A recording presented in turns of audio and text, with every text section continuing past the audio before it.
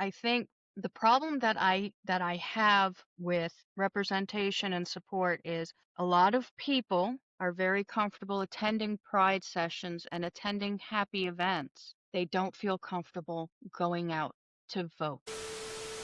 Hi, and welcome to the Queer Vision podcast. My name is Becca. I'm one of the co founders as well as one of the co hosts. My other co host, Coe, is not here right now. They are at work and we had a little scheduling error, but I'm here, no fear. And I had a really, really great conversation with Holly from Hope for Teens. We talked about what Hope for Teens does. We talked about legislation stuff, what you can do, how you can get involved. We talk about queer prom, and honestly, it was a conversation that made me hopeful again. So I guess Hope for Teens is working for adults too. But listen on and figure out how you want to get involved.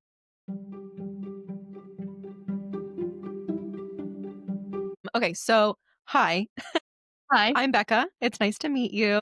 nice to meet you. Can you tell us a little bit about you and what you do? Sure. So, my name is Holly Atkins. I am the president and founder of Hope for Teens. We are the area's only organization dedicated to the LGBT youth here in the Wake County, Durham County, surrounding counties area of North Carolina. And I started Hope for Teens back in 2010. Oh wow, okay. So you Yeah. like founded this. Yes, yes, I did. Yeah. Wow, what was your inspiration for that? So, back in 2010, August, September, there were six teens who committed suicide over a 12-week period. They were part of the LGBTQIA plus community, and they were being bullied because of their sexual orientation. The last one happened to be Tyler Clemente, who jumped off the George Washington Bridge because his roommate actually videoed his very first gay date and he hadn't come out to anyone. So he jumped off the George Washington Bridge.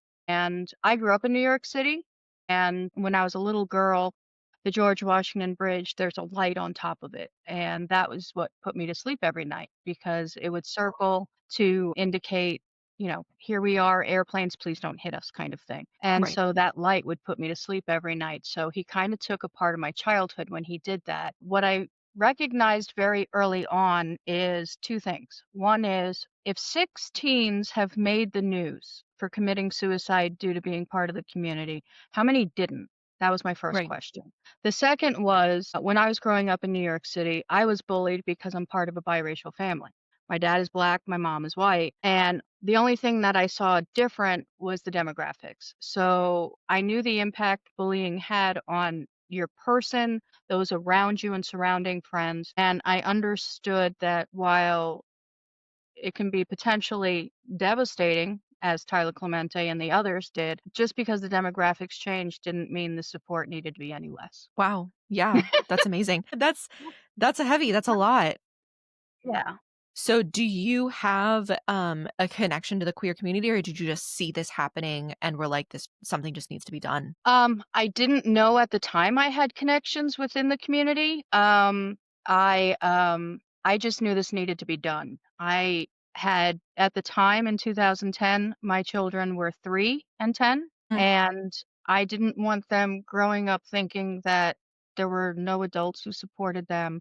Didn't want them growing up thinking that they had to hide who their friends might be, and not be able to be a safe space for any child for any reason. So I made sure I was pretty open about Hope for Teens from the very beginning, trying to get my foot in the door as far as doing presentations at area schools and the harmful effects of bullying and just making sure that my kids understood. What I came to find out pretty quickly was I have a trans sister who, because of forming Hope for Teens, felt comfortable enough. We hadn't spoken in years. They live in Florida. They are my real father's daughter. And Mhm.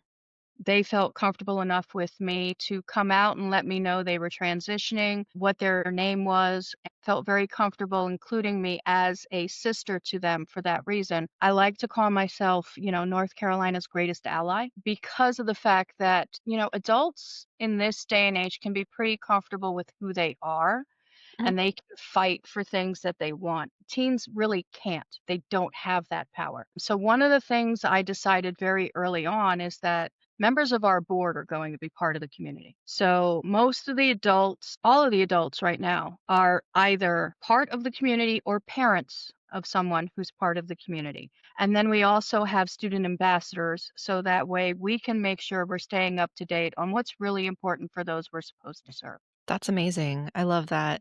So you said presentations. How else do you use this platform to help the teens? So we advocate and support the teens by speaking at legislative sessions. We speak at school board meetings. We try and make sure city council meetings, making sure everyone understands, the rules, the policies, everything that they're putting in place, how it impacts the youth. And one of the things we do, especially in council meetings and state legislative sessions, one of the things we try to make sure they understand is while these teens aren't old enough to vote yet, we are, Mhm. and we're Right. watching. So that's, one of the biggest things we do. We, of course, attend all of the pride events in the area to make sure that the teens see us out there. They see that, the community in this area is very collaborative. So we try to make sure there is a very conscious effort from what I've seen for all of the pride shows in June and August and other months not to overlap and bump into each other. So Mhm. Wake Forest Pride just had theirs a couple weeks ago. Of course, Out Raleigh was in June, but that doesn't bump up against Holly Springs Pride or Fuquay Pride. And I love that collaborative effort to make sure nobody's stepping on toes. Mhm. The biggest thing that Hope for Teens does is we hold Queer Prom for high school students every year. And that came about because in 2022, we were at a pride club in one of the high schools. And I was hearing some of the high school students speak during the club, and they were like, "Oh, are you going to prom?" And they said, "Well, why would I go to prom with kids who've bullied me and made my life a hell for the last 4 years? Why would I go and voluntarily do that with them?" And I said, "Well, why don't you go to Queer Prom?" And they looked at me and basically laughed in my face and said, "We don't have Queer Prom." And I said, "Well, then next year you will." And they said, "Well, that's great, but we're seniors." And I said, "Well, okay, so we'll grandfather you in because we know you've never had this. We know that it's really important based on your expression." Mhm. So in 2023, we held Wake County's first ever Queer Prom for high school students. We have had to cut off chaperoning as far as a number of individuals because of the fact that so many adults want to show their support and appreciation to these kids. So we end up closing off chaperoning probably within 3 weeks of it opening. Queer Prom is something we put on. We make sure all of the vendors are part of the community. So our DJ, our food vendors, our location, everyone is part of the community because I want these teens to also see the various different industries they can get into and feel accepted and feel loved. So that's really important to me. And then we also don't charge them. We don't charge them a dime to attend prom. We don't want financial barriers to be a reason you can't come out, express yourself, and just be, with a whole group of kids students, I shouldn't call them kids, but students who just really feel, this is their night. And every year has been a different theme. The very first one, we felt it really important to showcase them. So our first prom was Superheroes Among Us. And, some came out in wonderful superhero costumes. Others came out knowing it was prom, so they wanted to get dressed up. It's all out on our Instagram as far as like the videos and just the pictures and how wonderful everything turns out.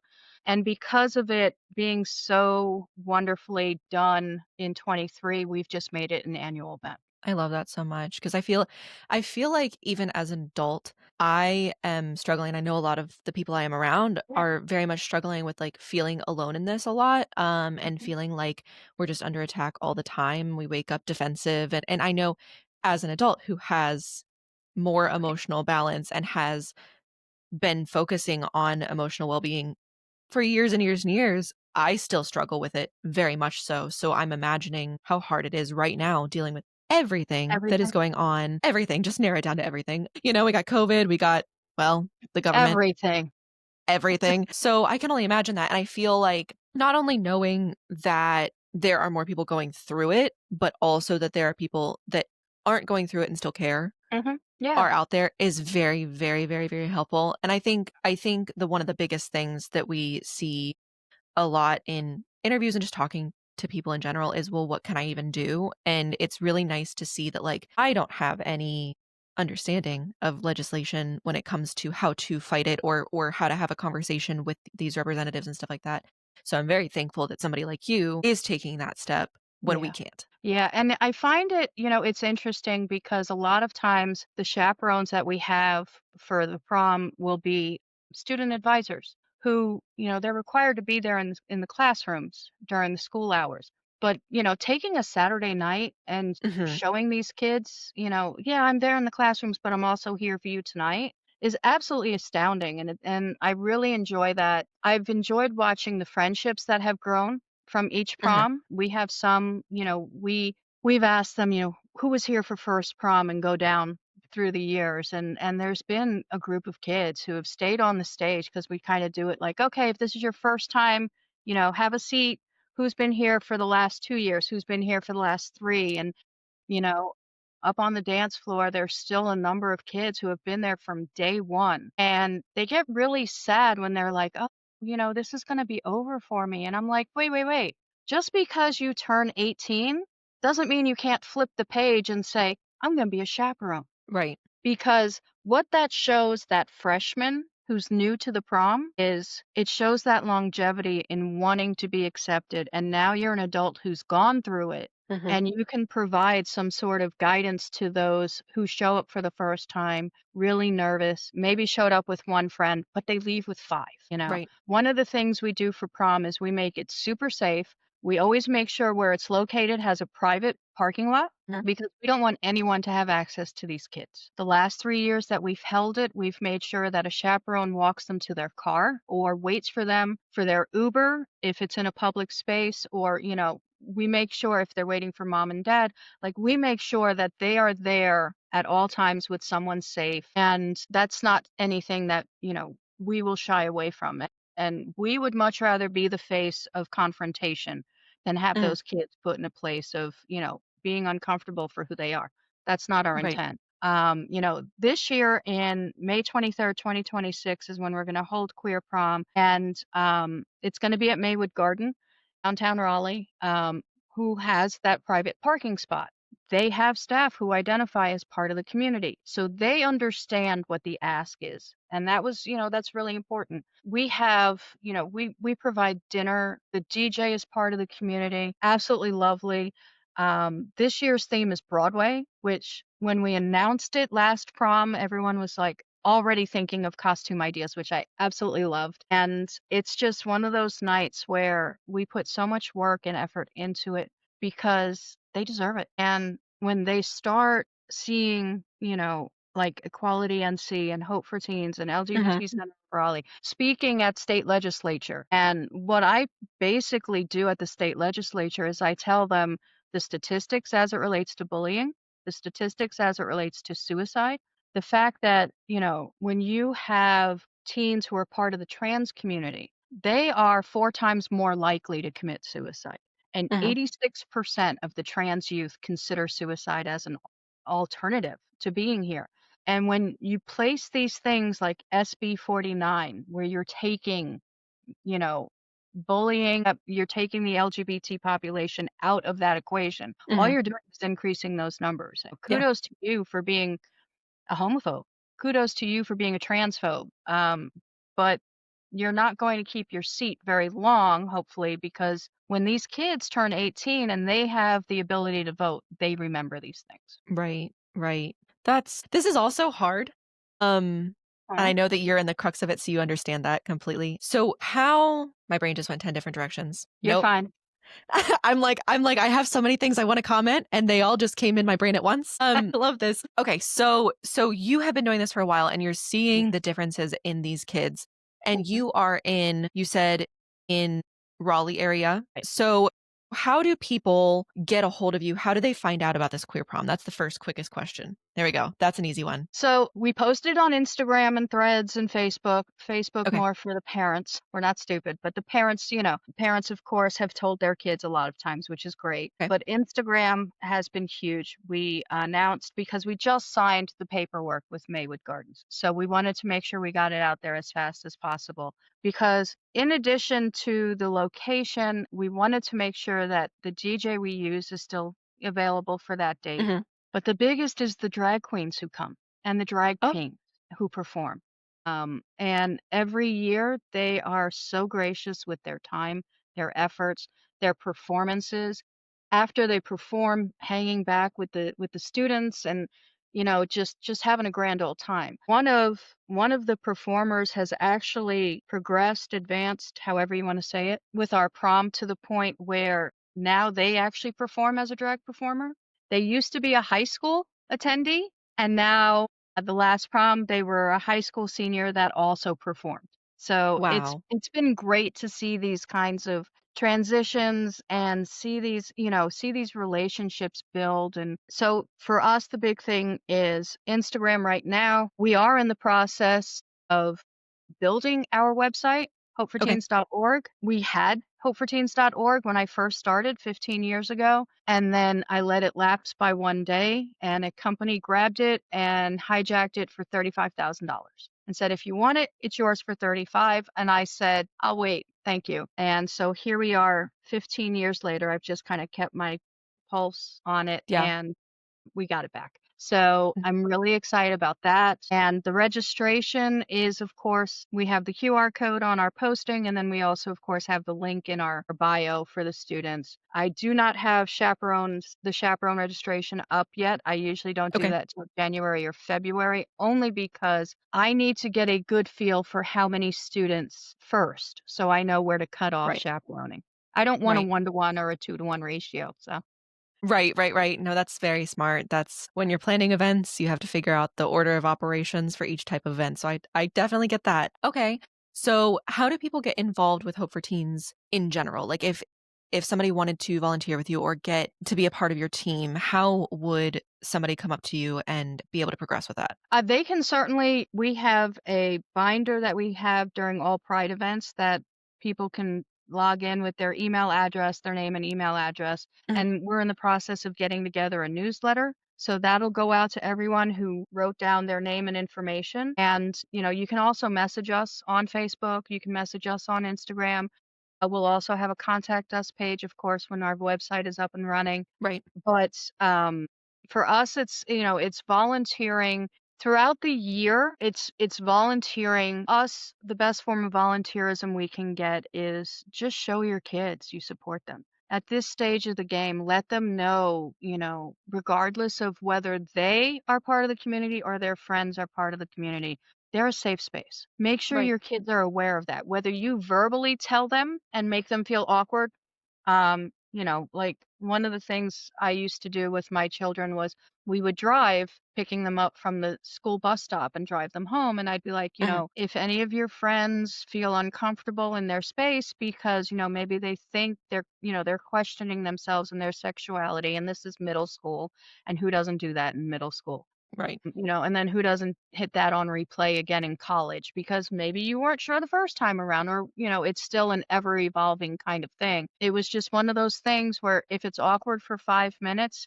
I would much rather 5 minutes be awkward than 10 years. Right. I would much rather those 5 minutes of you saying, I am a safe space. Please make sure you and your friends are aware of that. I would much rather those 3 minutes that you take to make yourself uncomfortable prevents the next 10 years of don't tell my parents, don't tell my grandmother, don't tell my friends. There is absolutely zero need in this day and age to live in fear for yourself. That's not how anyone should live. Exactly, and I think conversations like that help with so many different things. I mean, I know when my parents had uncomfortable conversations, it made me more comfortable with them. I didn't realize they were uncomfortable for them at all. It was just for us, it was more so the sex talk, right? And it was just being like, Yeah. "Okay, okay, well, okay, it's uncomfortable for me because I don't know what to say." But at the same time, them being so calm about it, even though it was so uncomfortable for them, made me feel comfortable talking to them and asking them questions about my own health. And I think that's like somebody coming up and saying, "Hey, I'm a safe place." Even if it's 5 awkward minutes in the car, right? If you know that your friends' parents are safe for being Right. queer, they're probably also safe for, "Hey, I got in a sticky situation. I need some help." Or, Right. "Hey, something's going on at home and I just need somebody to talk to." It eclipses so many things, and there's so many things that are going on at that age that they need that safe person for. So that's a very good way. Amazing Yeah, way. Easy. and yeah, and one of the things is we do presentations at corporations. So if corporations want to hire us to come in and give parents or those who interact with children and students and minors um, give them the warning signs of bullying, the warning signs of cyberbullying, how you can help your child, and those statistics surrounding that. One of the things we also say during those presentations is if you're not comfortable speaking, then make it nonverbal. Make it, just a simple ally sticker on your car. Make it Yep. a simple, wear a t-shirt that shows your acceptance as far as no hate in my state or I am an ally or however nonverbal you wish to present it, but at least you're putting it out there. Because I feel like a lot of times parents are like, oh, but then, if I put that on my car, it makes me a target. And my follow-up to that is always, wouldn't you rather, and I don't know if I can curse here, but You wouldn't can. you rather as a grown-ass adult be the be the be the flame than have it be that child that you're protecting? Wouldn't Yeah. you rather be the target of that hate and homophobia and transphobia and all of that instead of the 12-year-old who's looking to you for guidance? And Exactly. that's exactly where I come from. Like, I don't think anyone who's ever seen me drive my car has any qualms about where I stand. Even my license plate says straight ally because every year I want my money at the DMV to go towards something that I support. We don't have license plates for Equality NC. We don't have license plates for Human Rights Campaign. Mhm. We don't have that in North Carolina. But we can get a whole bunch of different sororities and fraternities and everything at Duck Unlimited, but you can't show your support. You can show your support for anti-abortion rights by Choose Life, but you can't show your support for the LGBT community in a license plate. And how asinine is that? That is a lot. That is ridiculous, actually. I didn't know that was an option. I've never even looked into the license plates you can get because that's extra money I don't have. I didn't know that you could use that to send it towards a group. You can't. What I'm saying though is by re-registering my license plate as straight ally, it affords me the opportunity to go around with that license plate and show my support. Okay, so you're not saying that buying the license plate ever donates anything to anything. It's No, I just wish it's it did. just No. the Oh, me too, that'd be nice. Well, and going back to your earlier point of wouldn't you rather be the person that gets it rather than a kid?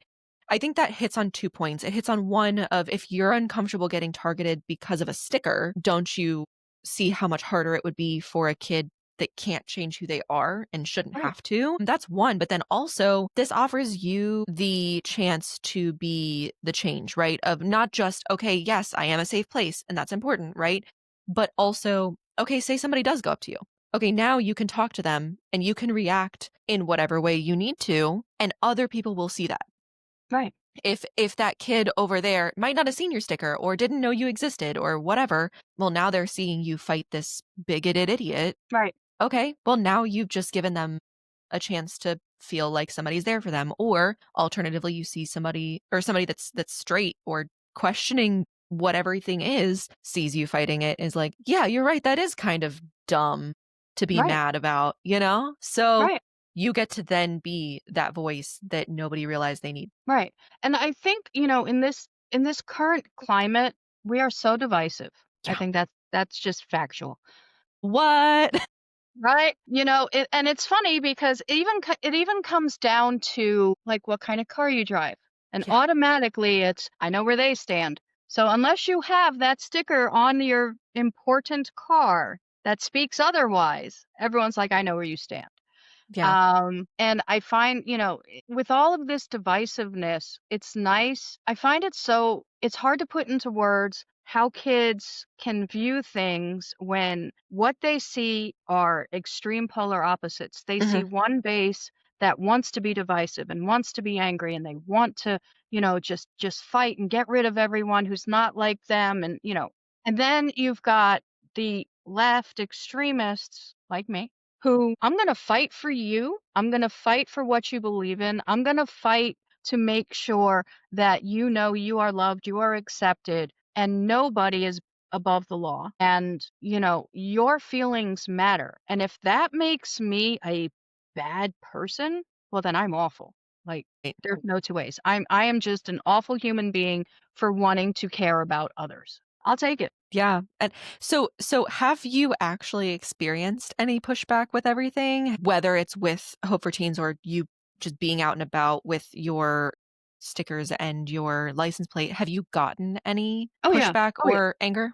Yeah. I have a t-shirt and because I make sure that I represent anytime I go out because you never know in an airport, in a Target, wherever, who's going to see and be, like, "Oh, look, there is someone who thinks I matter." So anytime I'm in an airport, I make sure that I'm wearing a shirt that represents some form of acceptance and love. Mhm.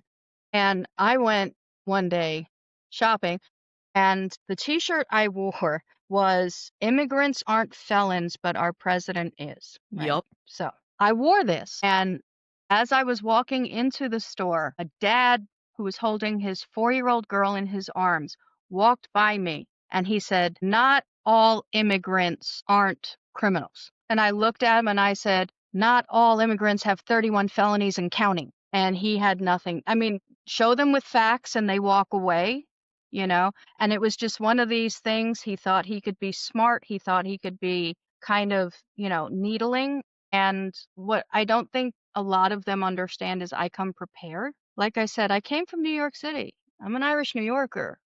Ask my husband and he'll tell you I know how to use my mouth. The clapbacks aren't, you know, they're they're just facts. Yeah. Come at me personally and I'll attack you with facts is basically how I handle everything. I I I don't when we go to the pride events and there's a lot of protesters, I like to remind those that are in attendance we've got 5 protesters and 20,000 people here to attend the Pride event. Yeah. Like, let's ignore the noise. Let's keep this as it's meant to be. And this is a fun time. The Wake Forest Pride was exactly the same way. Wake Forest Mhm. Pride, I have to give props to them, honestly, because it's a small town. Wake Forest. This year, they were going to proclaim the month of October as LGBT Right. History Month, and then they took it back because a couple loudmouths decided that they didn't want that. So while they had the proclamation ready, they pulled it.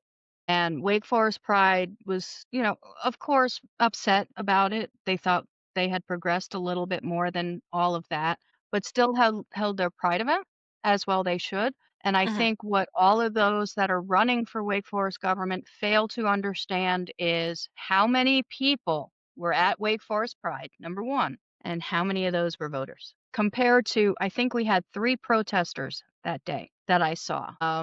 And we all were just like, whatever. The drag queens performed. There was a marching band who came through. It was great. Like you just sat there and you thought, this is community. Like everyone was a family with kids or, they were couples or it was just a normal event at Wake Forest that celebrated love, acceptance, and they did a great job. Wake Forest Pride did a great job with having a history section that provided details as far as, the trans community and gay rights and all of it. And it was a really great historical little area for people to become knowledgeable about it. And it closed our Pride events for the year on such a great note that is I will be honest in saying that, Wake Forest Pride is something we will 100% always attend because they're Good. just those smaller communities, those Holly Springs, those Fuquay Marinas, those Wake Forests,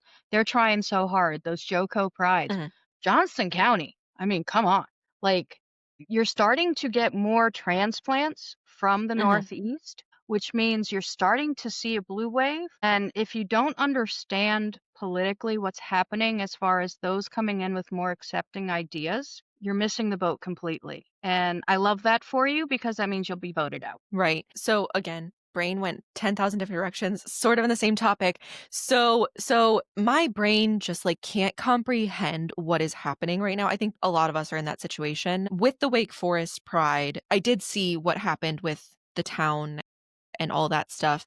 And I think part of my confusion comes in of, are we not annoying enough? Because like we obviously have a large community. I mean, I know not every single person is queer. I get that, but we have a large queer community and that fits anybody that's not necessarily bisexuality or bigender or anything like that, but slightly different. That fits Yeah. disabilities. That fits people who aren't like what is that word? Non-binary, No. The ones who don't like nonconformist. Oh my God, non-conformist, yes. brain not working. The nonconformist people, right? So like we have this huge community of people and like I think that the answer somehow lands in we are not moving as a conglomerate in the same way like the Republicans do where it's like, well, I'm going to vote party line no matter what. Like, we are very issue based. So if we feel strongly about one issue and this person isn't strong on that issue, we will just split.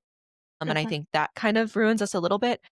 But also, like, I'm gonna use, like, Wake Forest as an example, and then also, like, something that happened down here in Smithfield. We had an event where, like, they were like, "Yeah, we love this. We love the performers. We love drag performers. Mhm. We love, like, queer. Like, this is great." And then as soon as they had, like, 2 people message them and be like, "I'm not coming to your shop anymore," it's like, "Okay, I'm not comfortable with this anymore." And I don't I know part of it is a safety thing of, like, "Okay, well, I think they're gonna attack me." Okay, yeah, valid. Totally understand. But also, like, I don't know. I guess the confusion comes in of like, this is 2 people, this is 5 people. I can count them on my hand, and they're gonna be so much louder behind the internet than they are in person. Nobody's gonna come in person. Let's be 100% honest. If they do, they're gonna be afraid of glitter guns. Let's come on.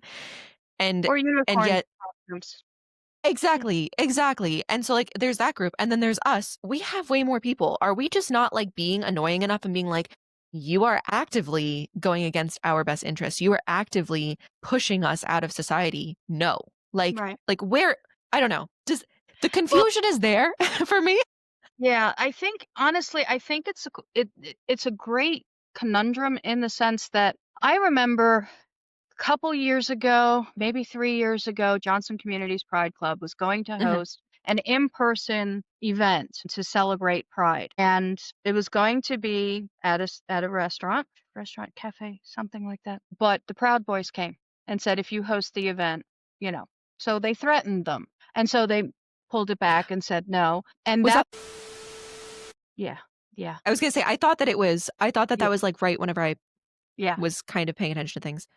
and so the Johnson Community College students actually felt really uncomfortable, so they held everything online. Okay. But we ended up one of my board members, Ben Chapman, myself, I attended as Hope for Teens with some other people, but there were some people who organized, and we did a walk around the block to show our support, and it was Trans Day of Visibility, and we did speeches, and we made sure that Smithfield knew while you might be okay with the Proud Boys making you feel uncomfortable and removing yourself from situations, we could care less.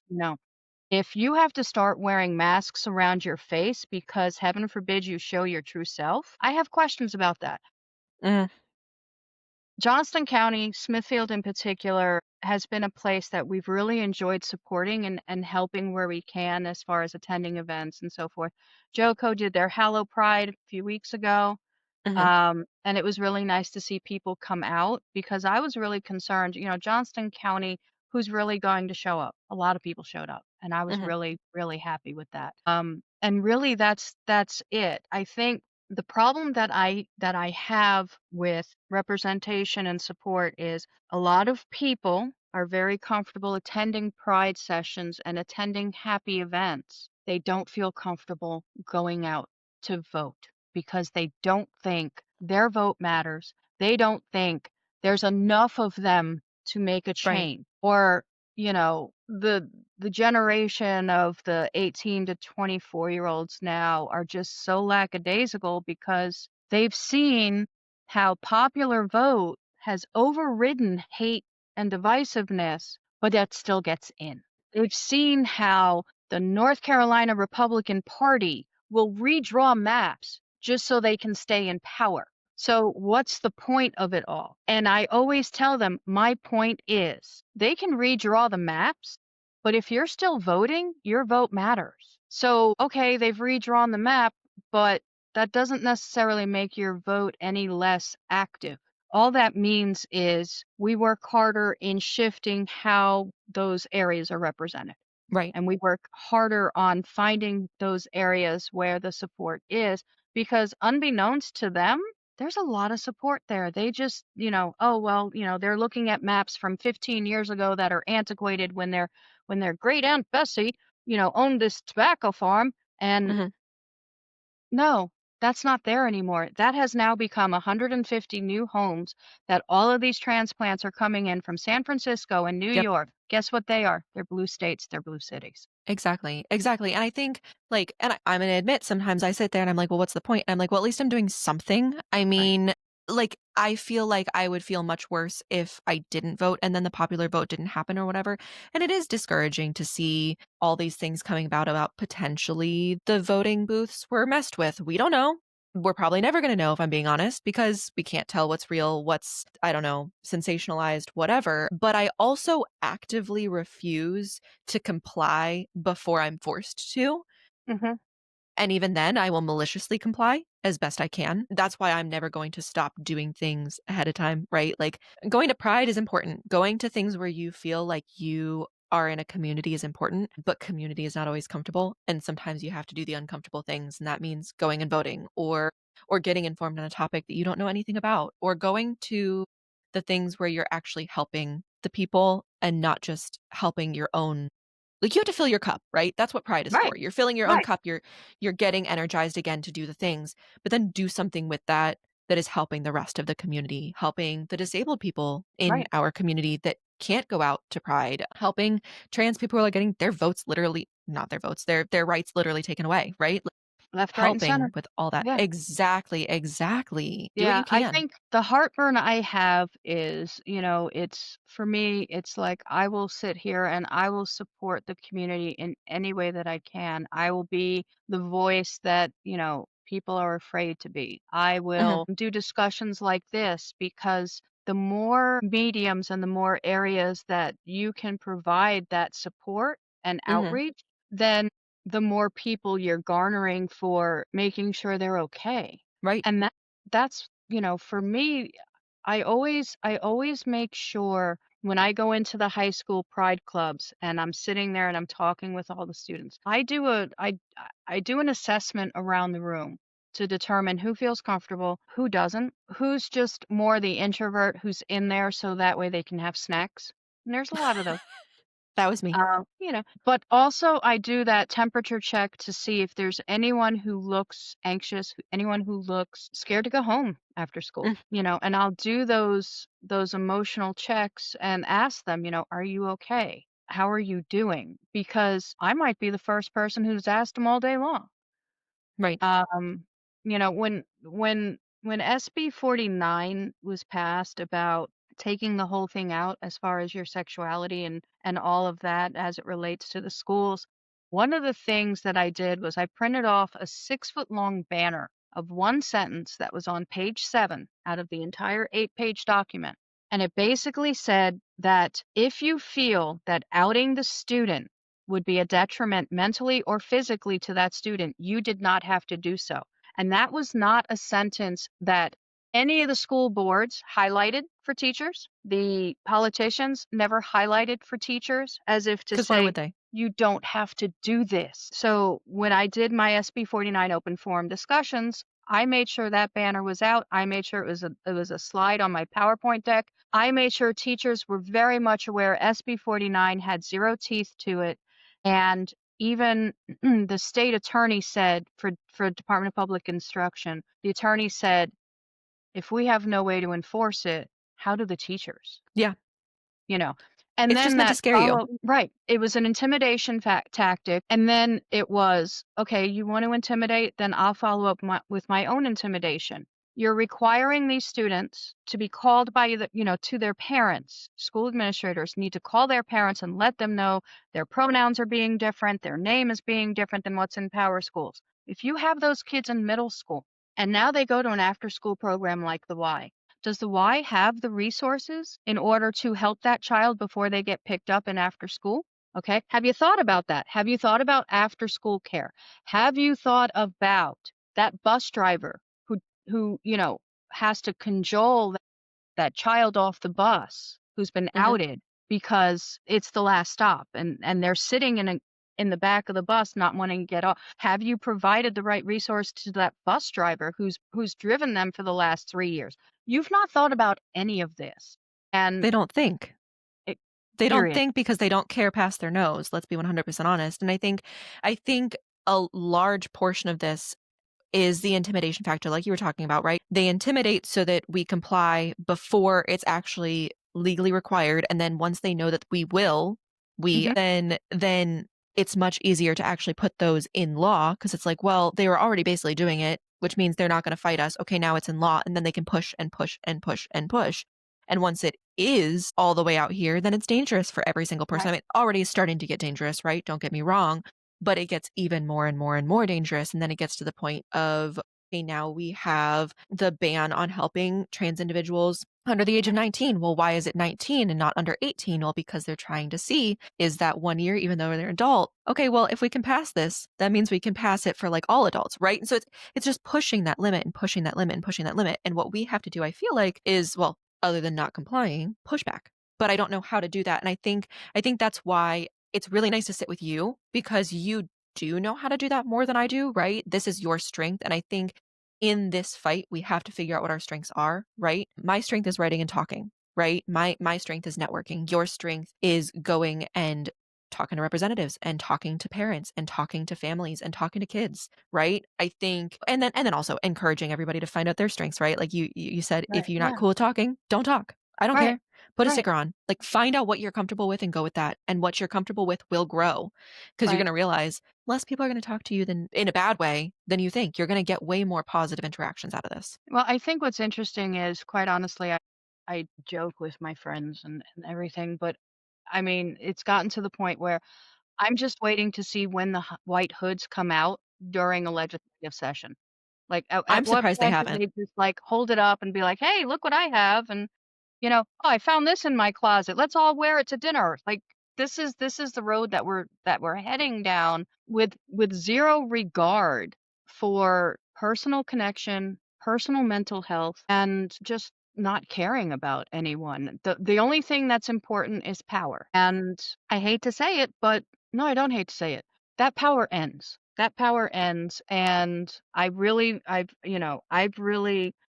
wanted to see, like, age limits be instilled for Oh my god, yes. politicians, term limits, of course, for politicians. Exactly. Get rid of And the electoral and vote. Yeah, yeah, I agree. I think, term limits can only do good because when you realize that you've reached a certain amount of time, even FDR realized that, "Hey, maybe I shouldn't be doing this for the rest of right, my life." right. When someone who's in the early stages of Alzheimer's is running a country, maybe they shouldn't be doing this anymore. Yeah. Well, and also knowing you don't have a term limit, then you will considerably you'll be voting for your own self-interest. They're voting for their own money, they're voting for their own Right, pockets, right? And I think with all of it, it comes down to how do we make this better for the country, not better for ourselves? And I think that's the power that we have, right. right? Yeah, absolutely. And you said get rid of the electoral college. I also say add in ranked choice voting because I think, like I said earlier, Yeah, the biggest thing that we have as the left is that we're not okay, I'm going to vote for the left. It's not blue no matter who, right? Some people do, but also I don't think we should have to, right? I think it should very much be okay, the Green Party, I align with them really, really well on this subject, right? eh, Okay, I think for the primary, I shouldn't, as a Johnston County resident, I shouldn't have to have spots that I can't vote for because I had to choose the Democratic ticket. I can't vote for education because there might not be a right, Democratic education right. candidate, right? And so I think ranked choice voting would be one of the best things we can do because then all the people that want to vote third party and either do and split the vote or can't, there you go. Well, We And fixed it. also, I mean, ultimately, if you got rid of party voting and you went to a non-party system, you would eliminate so much of the PAC money. You would eliminate so much of the bias as it relates to the specifics of the platforms that they're running on. Mm. And it Mhm. truly would go back to being a representation of those that voted. So if you got rid of, we no longer have party systems and we're doing it by popular vote, it really comes down to at that point is what I am advocating for in the best interests of everyone. Right. And when we open that utopia, because let's be real, it's never going to happen, we would have to like implode and restart in order for I'm something okay with like that right that now. to happen. I think everyone is okay with an implosion, but you also have to take into account The fallout. who would be next in line for a lot of different things. And that's scary as well. But if we can start smaller and start on the state level and protect our state from hate, I think that's gonna be a great start. Yeah. I would much rather my children and my potential grandchildren and, and every student that I come across every prom, I would much rather them say, "We're getting better. I'm seeing improvement as far as diversity, equity, and inclusion is now back where, Mhm. we matter." And I would love, to all of those students out there, I've always thought you mattered. You will always matter. What happens in a rotunda downtown Raleigh isn't as important to me as making sure you understand that, yes, adults out there think you matter. Exactly. Exactly. I saw a quote yesterday, and it was more to do with the earth than it was anything else, but I feel like it fits. It was, you don't inherit the earth from your ancestors, you're borrowing it from your children. And I think that's something that, I mean, it hit me, right? Because Mhm. it's like, Yeah. right, like okay, I'm not planning on having kids, but that doesn't it's the next generation. Let's be honest. It's the people that are coming after us. I'm very thankful for all the things that my parents, my grandparents, and all the ancestors that we have did that made it so that we can be where we are here. All the people that were fighting in the 70s, right? All the people that voted Yeah. Yeah. against maybe their own privilege Right. to get us to where we are, right? And I think that's now our job, as much as we don't want it to be, is now we are doing this for our children, for our grandchildren, for the next generations, so Mhm. that they don't have to do this, hopefully, ever again. And I But I think think it's this everyone's job. Oh yeah, 100%, 100%. It's just if It's they're willing to do it. everyone's job. Yeah, And my neighbors have kids that are younger, and they know, my pride flags come out. They know, like, I'm a safe space. When they're 3, they have 0 idea except, "Oh, mommy, look, rainbow colors, it's pretty." right, And what I love is that their their parents aren't, pulling their kids back in and going, right, "Don't look at that." Their parents are like, "Yeah, isn't that great? It's a very pretty flag, you know? And when you get to be 4 or 5, when it makes sense to you, I'll make sure, right. you understand what the meaning is behind it." I think it's just we're coming up to, we're kind of in a rice steamer. We're in a cooker. Mm, And we've hit that danger lever, but it hasn't blown the nuts and bolts off the top yet. And I think it's just, I feel like, especially within the state, how many people had to pack the halls and you still redistrict. So I don't think it's much longer for the entire state to be like, "You know what? I'm done with you. Like, we need new people in here. You're not we packed the Capitol building and you didn't listen to us. So we're not picking you again. right, And you can take your money from Pepsi and you can take your money from all of these, corporations and all the thousands of dollars that they flow into your campaign and go ride a broomstick because you're gone, you right, know. right. Fingers crossed it happens soon. Well, I looked to the high school students and the college students to help make that happen. You can't Yeah, impress upon these kids that elections matter if you don't go out and vote yourself.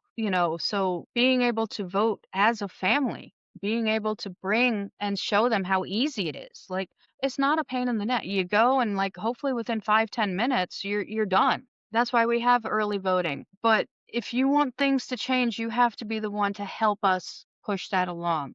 And if you're Yeah, in our corner for change and you're in our corner for making sure everyone is represented, that's the biggest way to do it is to vote. I love that. So we are getting to the hour mark. I wanted to see, is there anything else that you would like to share? And I know you did say you have Instagram and stuff like that.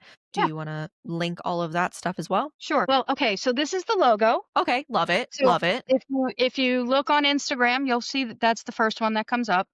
Perfect. So it's Hope for Teens on Facebook and Instagram and Threads. We don't have X anymore for obvious reasons. What? Surprise! I am in the we also have TikTok, but it's Perfect. very small and I'm Gen X, so I'm still learning. But, We all are. it's a beautiful thing. But yeah, and of course, hopeforteens13@gmail.com is our Okay. email address for any questions, any follow-up requests, any information. If there are if there's anyone out there who, I guess, number 1 wants to teach me proper grammar. You would think going to Catholic school I'd know that, but no, if there's anyone out there who wants more information as far as the corporate presentations or speaking engagements or what have you, Yeah, our email address or messaging on Instagram or Facebook is fine. love that. Thank you so much. Yeah, this was lovely. Oh, this was great. This was I'm really great. glad you're doing what you're doing. Thank you. Thank you. No, I appreciate the invitation to come on here and speak. Yeah. I listen to podcasts. I've never been part of one, so it's great. I love it. Well, thank you for being on ours. Thank you. I appreciate it. You have a great day.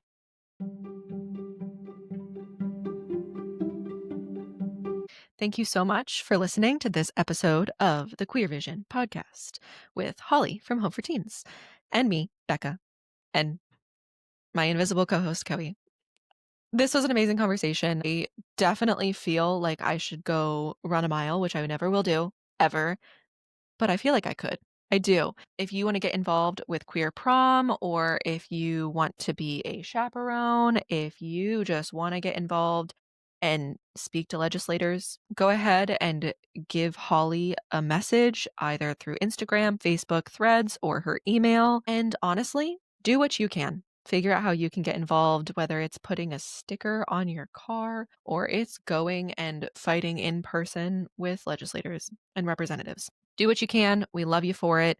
Thank you so much to Holly for doing what she does, because that's amazing, and for caring so much for our teens because they definitely need it. Anyway, thank you all for listening. If you would like to learn more about Queer Alina and what we do, go to queeralina.org. That's QUEEROLINA.org, and you can find out all of our information and go to our featured queers and go support them. You can go to helplines and figure out some important resources for you and for your loved ones. And you can go read the magazine if you want to. You should. You should definitely read that magazine and go support other queer artists. All right. Well, thank you so much for listening, and I hope you have a great day. See you next week.